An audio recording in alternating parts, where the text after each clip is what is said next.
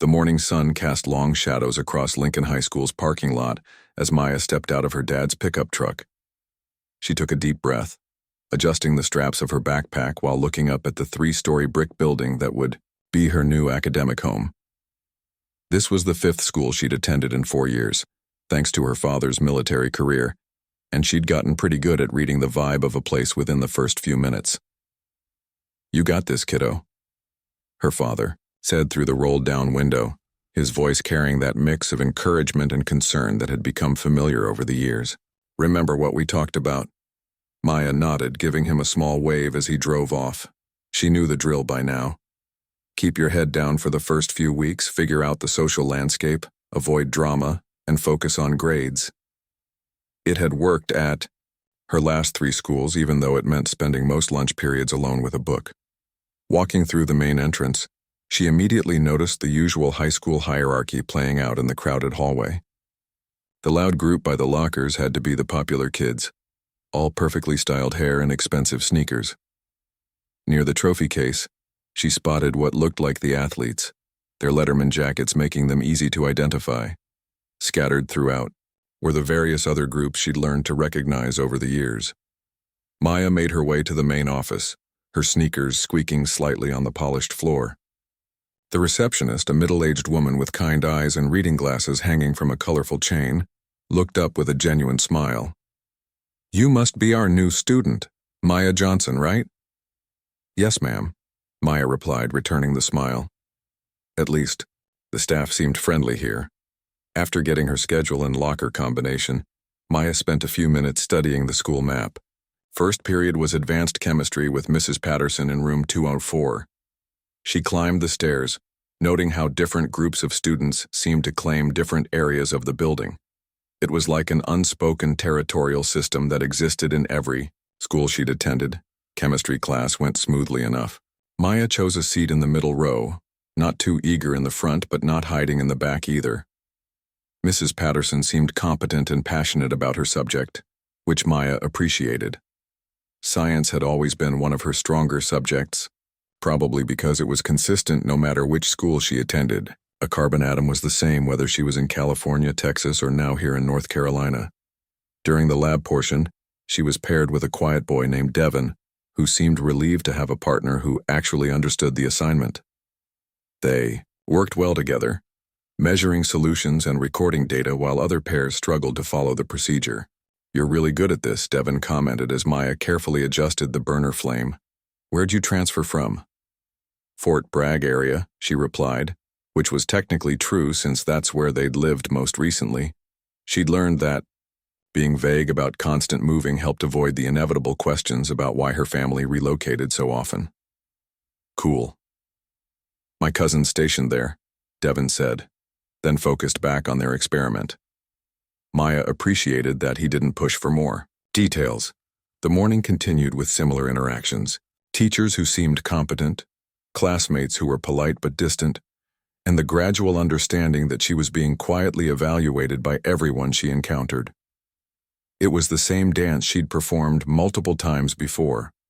Lunchtime was always the real test.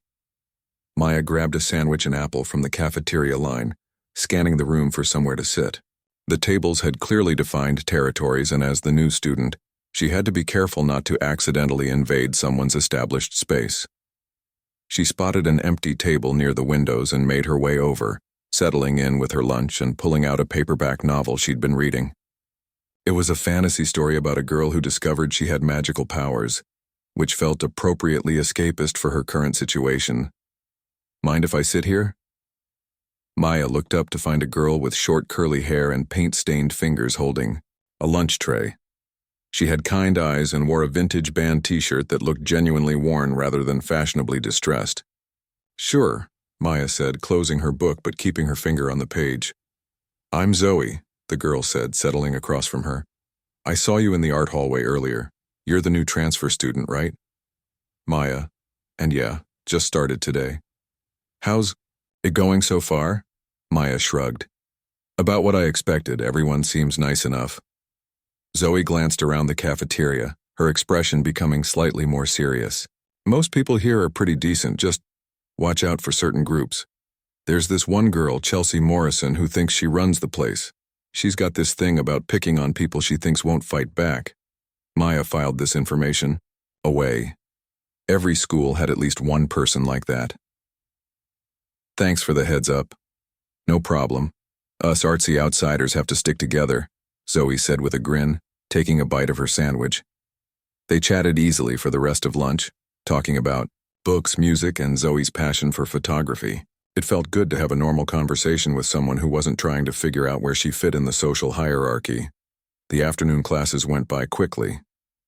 Maya found herself genuinely interested in her AP history discussion about World War II, partly because her grandfather had served in the Pacific Theater and she'd grown up hearing his stories.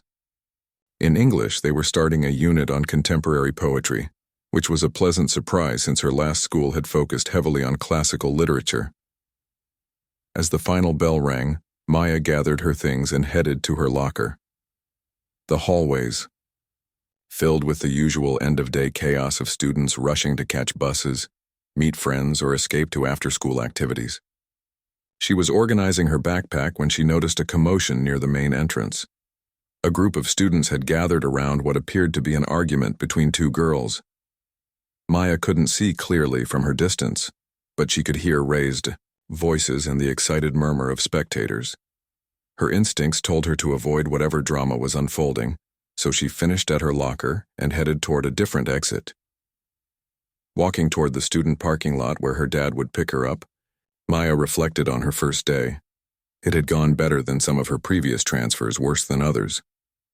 Zoe seemed like someone she could become genuine friends with, which was a relief since making connections had become harder as she'd gotten older and more guarded about temporary relationships. Her phone buzzed with a text from her father saying he was running 5 minutes late. Maya didn't mind. She found a bench outside the main building and pulled out her book again, enjoying the warm afternoon air and the relative quiet now that most students had left. As she read, she became aware of someone approaching. Looking up, she saw a tall girl with perfectly straightened blonde hair and an expression that immediately put Maya on alert. This had to be the Chelsea that Zoe had mentioned. She was flanked by two other girls who looked like they were trying to imitate her style but couldn't quite pull it off. "So you're the new girl everyone's talking about," Chelsea said, her tone carrying a false sweetness that Maya recognized immediately. Maya marked her page and closed her book, standing up slowly. "I guess so." "Cute hair?" Chelsea continued, her eyes focusing on Maya's carefully braided protective style. "Very authentic." The way she said authentic made it clear it wasn't a compliment. Maya had heard similar comments before, usually from people who didn't understand or appreciate natural black hairstyles. She'd learned to let most ignorant comments slide, but something in Chelsea's tone suggested this was just the beginning. "Thanks," Maya replied simply, not taking the bait. Chelsea's smile became sharper. "You know, at this school we have certain standards, ways of fitting in. I'd hate for you to stick out too much." Maya's father's pickup truck pulled into the parking lot at that moment, and she felt a mixture of relief and frustration. She wanted to respond to Chelsea's barely veiled threat, but she also knew that getting into drama on her first day would only make things more complicated. "My ride's here," Maya said, shouldering her backpack. "See you tomorrow," Chelsea called after her, the promise in her voice sounding more like a threat.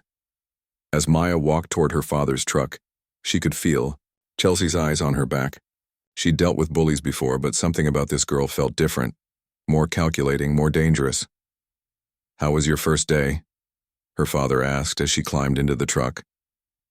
"Interesting," Maya replied, glancing back at the school building where Chelsea was still standing with her friends, watching them drive away. 3 weeks had passed since Maya's first day at Lincoln High, and she'd settled into a comfortable routine.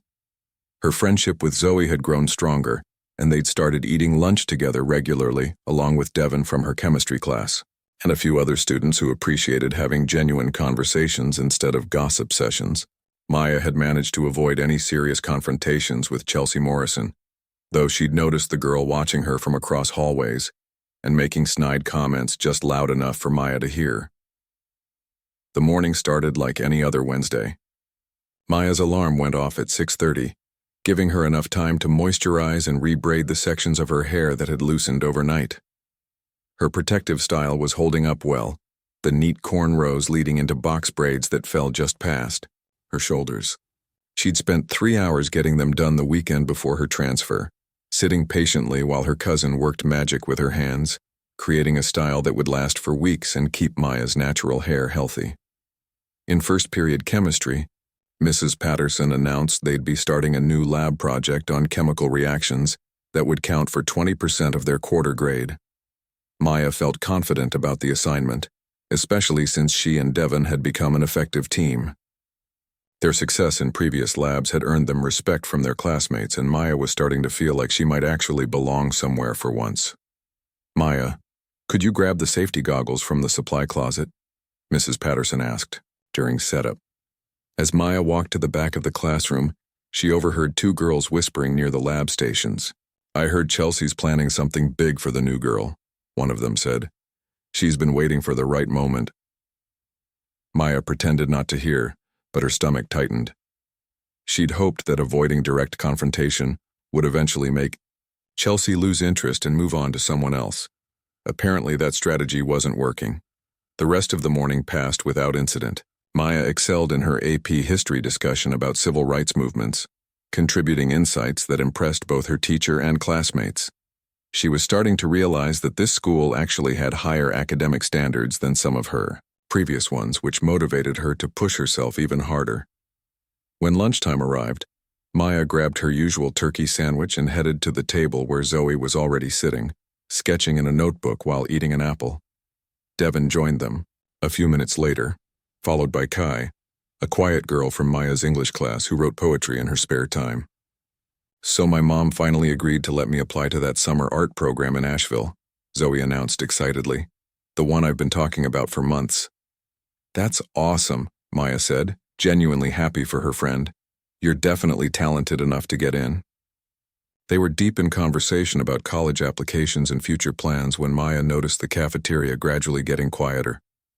Conversations were dying down, and she could feel attention shifting toward their table.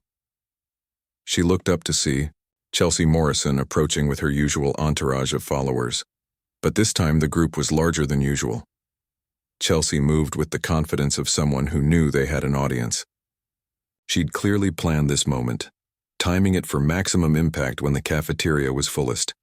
Her blonde hair was perfectly styled, her makeup flawless, and she wore the kind of designer clothes that announced her family's wealth to everyone around her. "Well, well," Chelsea said, her voice carrying clearly across the now silent cafeteria. "Look who's trying to act like she belongs here." Maya felt her friends tense around her, but she kept her expression neutral. "Is there something you need, Chelsea?" "Oh, I think there's definitely something that needs to be addressed," Chelsea replied, her tone dripping with fake sweetness. "See, I've been watching you these past few weeks, and I've noticed something interesting." Maya remained seated, her hands steady as she continued holding her sandwich. Years of moving between schools had taught her that bullies like Chelsea fed on fear and reaction. The less she gave them, the sooner they'd usually move on. "You walk around here like you think you're special," Chelsea continued, beginning to circle Maya's table like a predator, "with your little academic achievements and your perfect attendance. But there's one thing that really bothers me about you." She stopped directly behind Maya's chair, and Maya could feel the girl's presence like a dark cloud. The entire cafeteria was watching now, phones starting to come out as students sensed drama brewing. "It's your hair," Chelsea said, her voice dropping to a mock whisper that somehow carried to every corner of the room. "It's so primitive, so unprofessional. Don't you think it's time you learned how to present yourself properly?" Maya felt heat rising in her chest, but she forced herself to stay calm. "My hair is fine the way it is." "Oh, I don't think so," Chelsea said, and before Maya could react, she felt fingers tangling roughly in her carefully braided hair. "Let me help you fix this mess." The next few seconds felt like they happened in slow motion. Maya heard the distinct sound of scissors cutting through hair, felt the sudden looseness as several of her braids were severed near the roots. Gasps echoed around the cafeteria, as chunks of Maya's hair fell to the floor around her chair. "There," Chelsea said with satisfaction, stepping back to admire her handiwork. "Much better. Now you look like you belong in civilized society." Maya reached up slowly, her fingers finding the jagged, uneven sections where her hair had been cut. Hours of careful braiding, weeks of protective styling, destroyed in seconds by someone who saw her natural hair as something to be fixed or corrected. The cafeteria erupted in a mix of shocked murmurs and nervous laughter. Phones were definitely recording now, capturing Maya's humiliation for social media posterity. She could hear whispered comments about how she must be crying, how she'd probably run to the bathroom to hide. But Maya wasn't crying. The initial shock was quickly being replaced by something much more dangerous, a cold, controlled anger that she'd learned to manage through years of training and discipline. She stood up slowly, turning to face Chelsea with movements that were deliberately calm and measured. "You think this is funny?" Maya asked, her voice steady despite the fury building inside her. Chelsea laughed, a sound designed to be cruel and dismissive. "I think it's an improvement. Maybe now you'll learn to take better care of yourself. This is what happens when you don't know your place." The comment about knowing her place hit Maya like a physical blow. It carried implications that went far beyond typical teenage bullying, touching on prejudices and assumptions that Maya had encountered throughout her life. Chelsea wasn't just attacking her hair or her appearance, she was attacking her identity, her heritage, her right to exist as herself in this space. Maya looked around the cafeteria, seeing the sea of faces watching her moment of humiliation. Some students looked genuinely shocked and sympathetic, while others seemed to be enjoying the show. A few were actively recording, already planning to share the video across social media platforms. "Pick it up," Maya said quietly, gesturing to the hair on the floor. "Excuse me?" Chelsea replied, clearly not expecting this response. "Pick up my hair," Maya repeated, her voice growing stronger. "And apologize." Chelsea's laughter became sharper, more mocking. "Are you serious right now? You should be thanking me for the makeover. Though I guess some people just don't appreciate help when it's offered." Maya felt something shift inside her, like a switch being flipped. This wasn't just about hair anymore. It was about respect, dignity, and the right to exist without being attacked for who she was. Chelsea had crossed a line that couldn't be uncrossed. The training her father had insisted on, the discipline she'd learned through years of martial arts, the self-control that had been drilled into her. All of it was being tested in this moment. Maya could feel her muscles tensing, her body automatically shifting into a more balanced stance. But she also remembered her father's words about choosing your battles and fighting only when absolutely necessary. Was this that moment? Was this worth the consequences that would inevitably follow? Chelsea must have misinterpreted Maya's silence because she pressed forward with renewed confidence. "Cat got your tongue? Or are you finally realizing that some of us were born to lead while others were born to follow?" That was it. That was the moment when Maya's restraint finally snapped. "You know what, Chelsea?" Maya said, her voice carrying a new edge that made several nearby students take a step back. "I think we need to have a real conversation about respect." Chelsea's smile faltered slightly, perhaps finally sensing that she'd pushed too far, but it was too late to back down. Now, not with the entire school watching and recording, she'd committed to this performance, and Maya was about to show her exactly what happened when you picked the wrong person to humiliate. The cafeteria held its collective breath, sensing that something significant was about to happen. Maya stood, completely still, her dark eyes locked on Chelsea's blue ones. And for the first time since the confrontation began, Chelsea Morrison looked genuinely uncertain about what she'd started. The silence in the cafeteria stretched for what felt like an eternity. Maya stood perfectly still, her eyes locked on Chelsea's face, watching as the girl's confident smirk slowly began to fade. Something in Maya's posture had changed, something that made the students closest to them instinctively take a step back. Chelsea, however, was too caught up in her performance to recognize the warning signs. She'd humiliated countless students over the years, and they'd all reacted the same way: tears, embarrassment, running away. Maya's quiet intensity was outside her experience, and she mistook it for shock rather than the calm before a storm. "What's wrong?" Chelsea taunted, her voice carrying across the silent cafeteria. "Finally realizing you don't belong here? Maybe now you'll think twice before trying to act like you're better than everyone else." Maya's friends watched in growing concern. Zoe had seen Maya handle difficult situations before, but never anything like this. Devin was already reaching for his phone, ready to call for help if needed. Kai sat frozen, her poetry notebook forgotten as she witnessed something that felt like it was about to change everything. What none of them knew was that Maya had been in this exact situation before.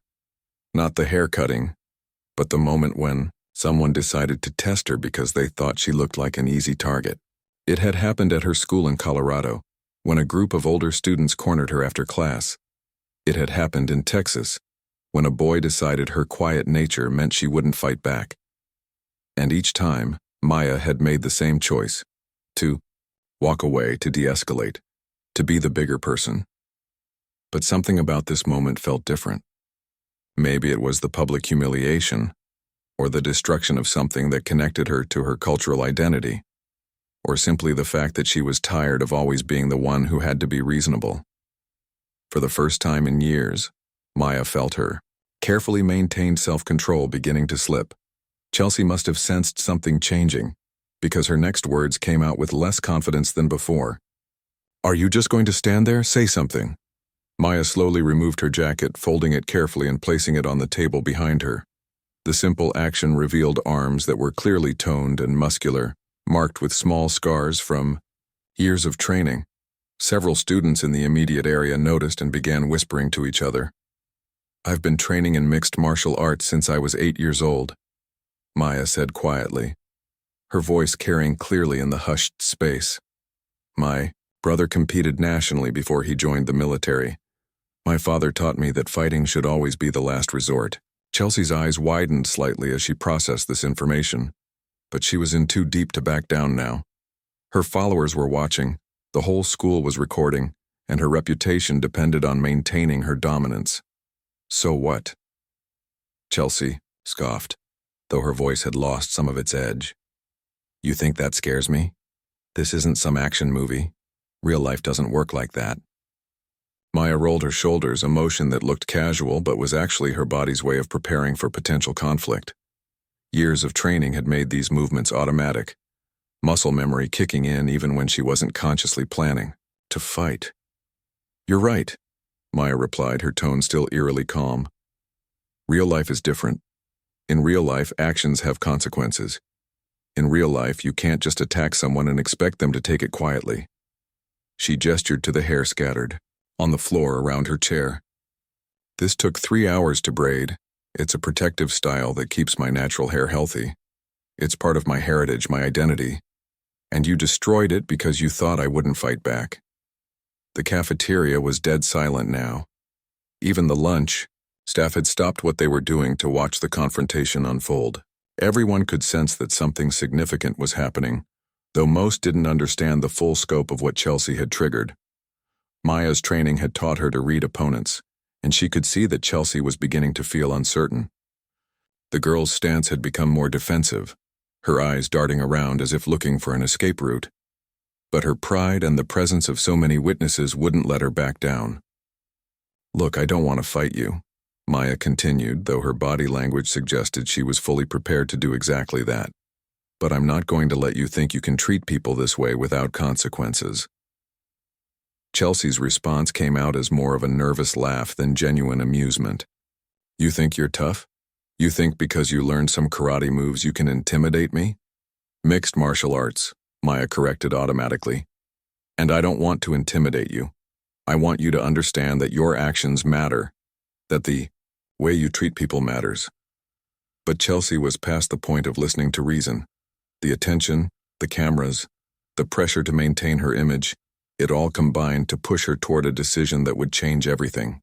"You know what? I'm done talking to you," Chelsea declared, taking a step forward. "Maybe you need to learn your lesson the hard way." Maya saw it coming before Chelsea even fully committed to the action.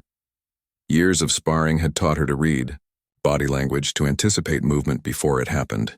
When Chelsea raised her hand to push Maya backward, Maya was already shifting her weight, already preparing her response. The push itself was meant to be humiliating rather than harmful, but it was the final straw. Maya had given Chelsea multiple opportunities to de-escalate, to apologize, to walk away. Instead, the girl had chosen to make this physical.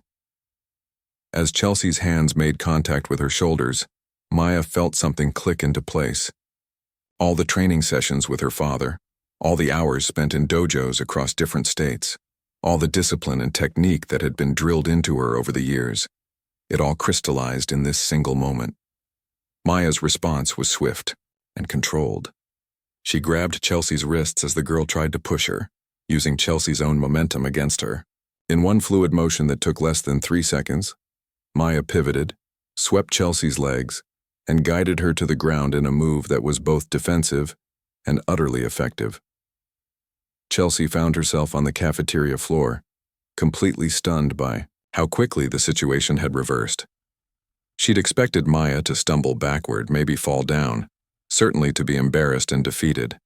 Instead, she was the one looking up from the ground while Maya stood over her, completely composed and in control.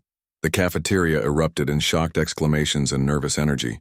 Phones were recording from every angle, capturing the moment when Lincoln High's most notorious bully met someone who wouldn't be bullied. Students were talking over each other, trying to process what they'd just witnessed. Maya immediately extended her hand to help Chelsea up, a gesture that spoke to her character and training. "Are you hurt?" she asked, her voice filled with genuine concern despite everything that had just happened. Chelsea stared at the offered hand for a moment, her face cycling through embarrassment, anger, and confusion. She was clearly struggling to understand how the situation had gotten so far out of her control so quickly. "I don't need your help," Chelsea said, scrambling to her feet without taking Maya's hand. Her perfect appearance was now disheveled, her confidence completely shattered. "Chelsea," Maya said, her voice still calm but carrying a new authority that made everyone in the area listen. "This doesn't have to continue. We can end this right here, right now. You apologize for what you did, and we move on." But Chelsea's humiliation was too fresh, too public. Instead of accepting the graceful exit Maya was offering, she let her wounded pride make the decision. "This isn't over," Chelsea hissed, backing away but trying to maintain some semblance of defiance. "You have no idea who you're messing with." Maya watched her go, feeling a mixture of satisfaction and sadness. She'd proven her point, shown that she wouldn't be pushed around. But she also knew that this confrontation had probably created more problems than it solved. As the bell rang and students began to disperse, Maya looked down at the scattered pieces of her hair still on the floor. The damage was done and there was no going back to the way things were before. Zoe appeared at her side, her face filled with awe and concern. "Maya, that was incredible. But are you okay? I mean, really okay?" Maya picked up her jacket and slipped it back on, covering the evidence of her training. "I'm fine," she said, though she knew that nothing about her life at Lincoln High would be fine after this moment. Word would spread quickly through social media and hallway gossip. By tomorrow, everyone would know that the quiet new girl wasn't as quiet as she seemed, and that Chelsea Morrison had finally picked on the wrong person. The question now was what would happen next. The rest of Wednesday passed in a blur of whispered conversations and sideways glances. Maya tried to focus on her afternoon classes, but she could feel the weight of everyone's attention following her through the hallways. The video of her confrontation with Chelsea had already started circulating on social media, with different versions appearing on various platforms throughout the day. By the time Maya got home that evening, her phone was buzzing with friend requests from classmates who had barely acknowledged her existence just hours earlier. She ignored most of them, instead spending time with her father explaining what had happened and why she'd felt compelled to defend herself.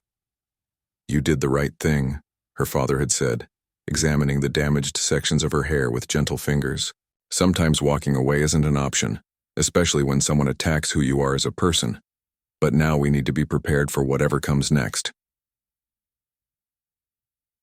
Thursday morning arrived with an unexpected twist. Maya walked into school to find that the social dynamics had shifted overnight. Students who had previously ignored her now nodded respectfully as she passed. Some even stopped to tell her they thought Chelsea had gotten what she deserved.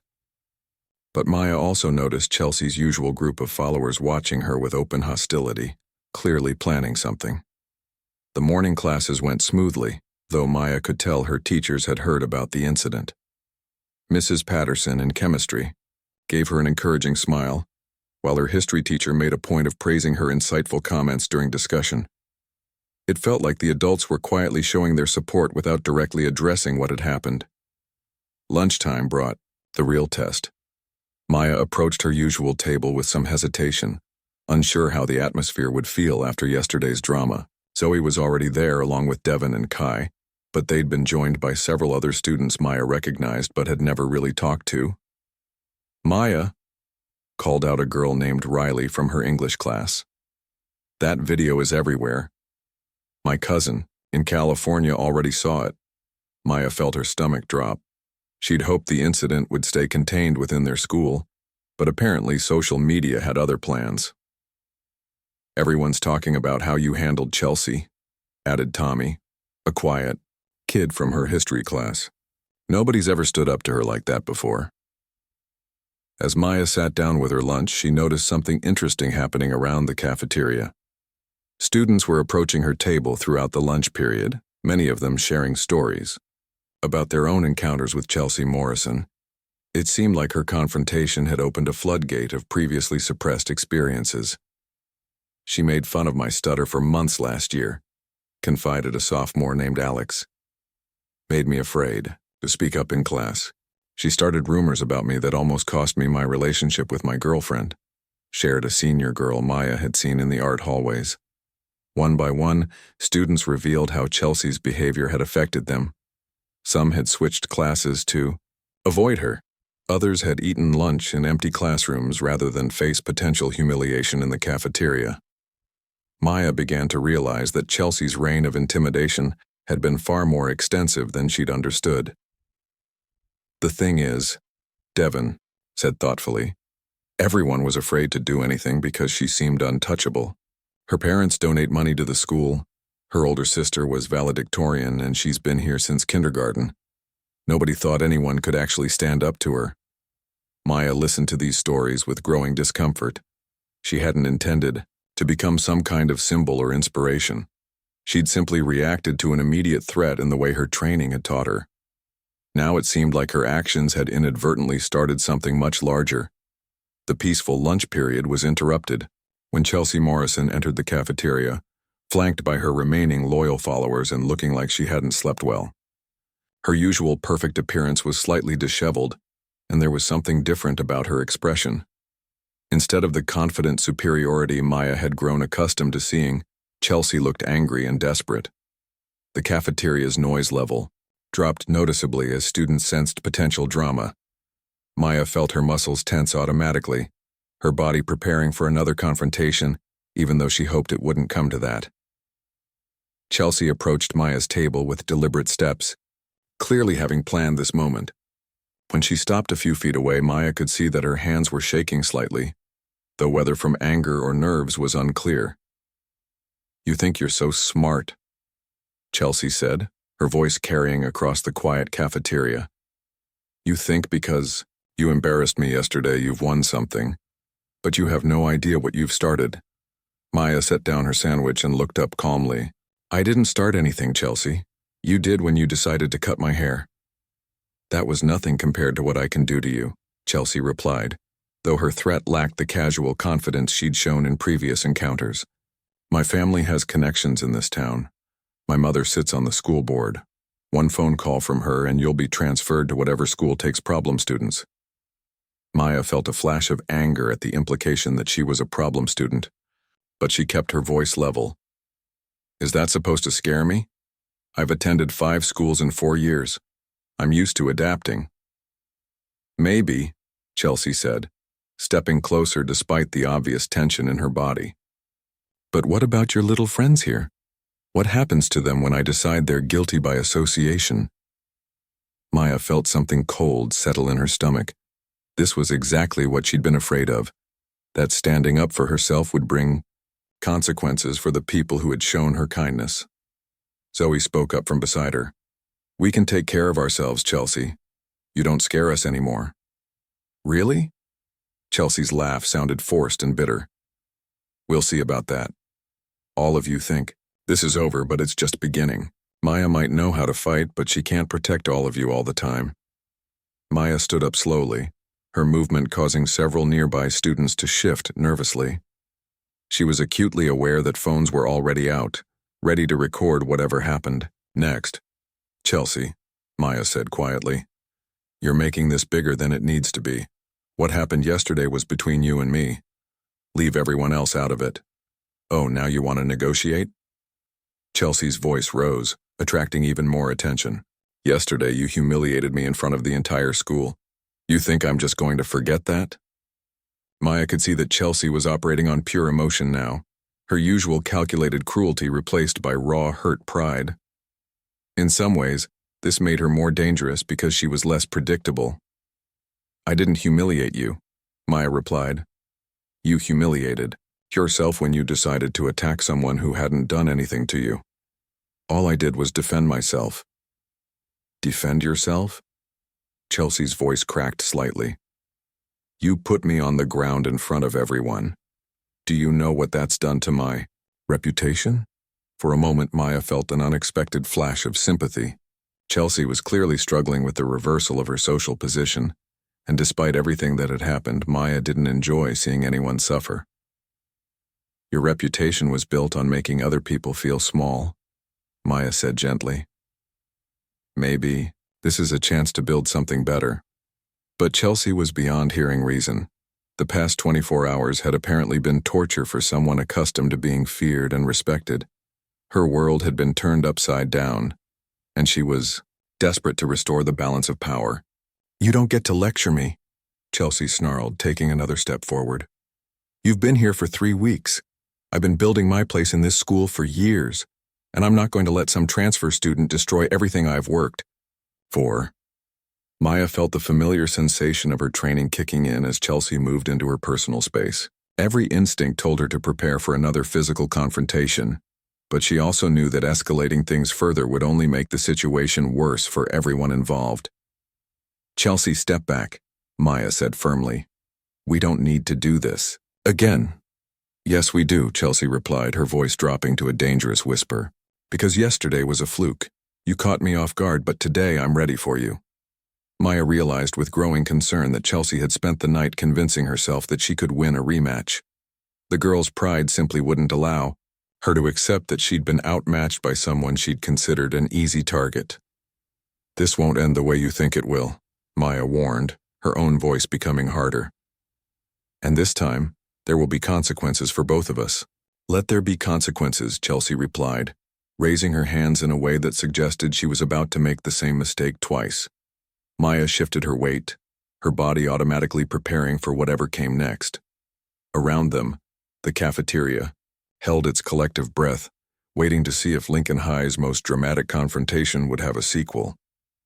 But as Chelsea raised her hand, something unexpected happened.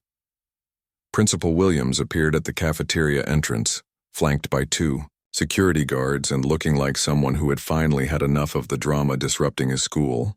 "Miss Morrison, Miss Johnson," he called out in a voice that carried absolute authority. "My office. Now." The spell was broken. Chelsea's hand dropped to her side, her face cycling through disappointment, relief, and resignation. Maya felt her own tension ease slightly. The walk to Principal Williams's office felt like the longest journey Maya had ever taken. Security guards flanked both her and Chelsea, ensuring they stayed separated while curious students peered out of classroom windows to catch a glimpse of the school's newest drama unfolding. Maya's mind raced through possible outcomes, none of them particularly appealing. Principal Williams was a tall man in his 50s with graying hair and the kind of tired expression that came from dealing with teenage conflicts for over 2 decades. His office walls were covered with academic achievement certificates and photos from various school events, suggesting someone who genuinely cared about student success. despite the disciplinary responsibilities of his job. "Sit," he said simply, gesturing to two chairs positioned deliberately far apart in front of his desk. Maya and Chelsea took their seats, neither looking at the other. Principal Williams spent a long moment reviewing something on his computer screen, the silence stretching uncomfortably. Finally, he looked up, his expression serious, but not unkind. "I've spent the morning reviewing security footage from yesterday's incident in the cafeteria," he began. "I've also spoken with several witnesses and seen the various videos that have been circulating on social media. Before we discuss consequences, I want to hear from both of you about what happened and why." Chelsea shifted nervously in her chair. For someone who had seemed so confident in the cafeteria, she appeared much smaller and more vulnerable in the principal's office. "Miss Morrison," Principal Williams continued, "you've been a student here since kindergarten. Your academic record is excellent, and you've participated in numerous school activities. But over the past 2 years, my office has received an increasing number of complaints about your behavior toward other students. Yesterday's incident appears to be an escalation of a concerning pattern. Would you like to explain your actions?" Chelsea's voice was barely above a whisper when she responded. I don't know why I did it, She was new and everyone was talking about how smart she was, and I guess I felt threatened." Maya was surprised by the honesty in Chelsea's admission. It was the first time she'd heard the girl speak, without the calculating cruelty that had characterized their previous interactions. "And cutting her hair seemed like an appropriate response to feeling threatened?"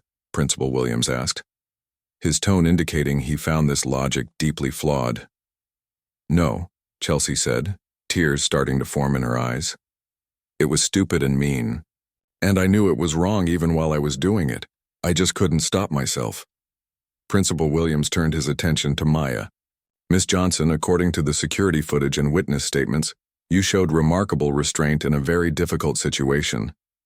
However, the incident did become physical when you defended yourself. Can you walk me through your decision-making process?" Maya took a deep breath. "She cut my hair without permission, which is assault.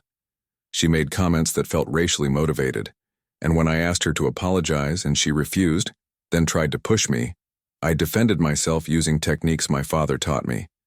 I used minimal force necessary to stop the threat and immediately tried to help her up afterward." "You have martial arts training?" "Yes, sir. Mixed martial arts since I was 8. My father is military and he taught me that fighting should always be a last resort. But when someone puts their hands on you, you have the right to defend yourself." Principal Williams nodded slowly. "The security footage confirms your account. It also shows that you attempted to de-escalate multiple times before the situation became physical." He turned back to Chelsea. "Miss Morrison, what you did constitutes assault and battery. In addition to the physical act of cutting someone's hair without permission, the racially charged nature of your comments makes this a potential hate crime. If Miss Johnson or her family decided to press charges, you could be facing serious legal consequences." Chelsea's face went pale. I didn't think about it like that. I was just angry and jealous, and I wanted to hurt her feelings. I didn't mean for it to be about race. Impact matters more than intent," Principal Williams replied firmly, "and attacking someone's appearance, particularly aspects tied to their cultural identity, carries implications whether you intended them or not." Maya watched Chelsea's composure completely crumble, and despite everything that had happened, she felt a pang of sympathy for the girl. It was clear that Chelsea hadn't fully understood the severity of her actions until this moment. "What happens now?" Maya asked. Principal Williams leaned back in his chair. Normally, both students involved in a physical altercation would face suspension. However, the circumstances here are unusual. Miss Johnson, while you did put your hands on another student, the security footage clearly shows you acting in self-defense after being assaulted. Given your attempts to de-escalate and your restraint in your response, I'm not going to suspend you." Maya felt a wave of relief, though she tried not to show it.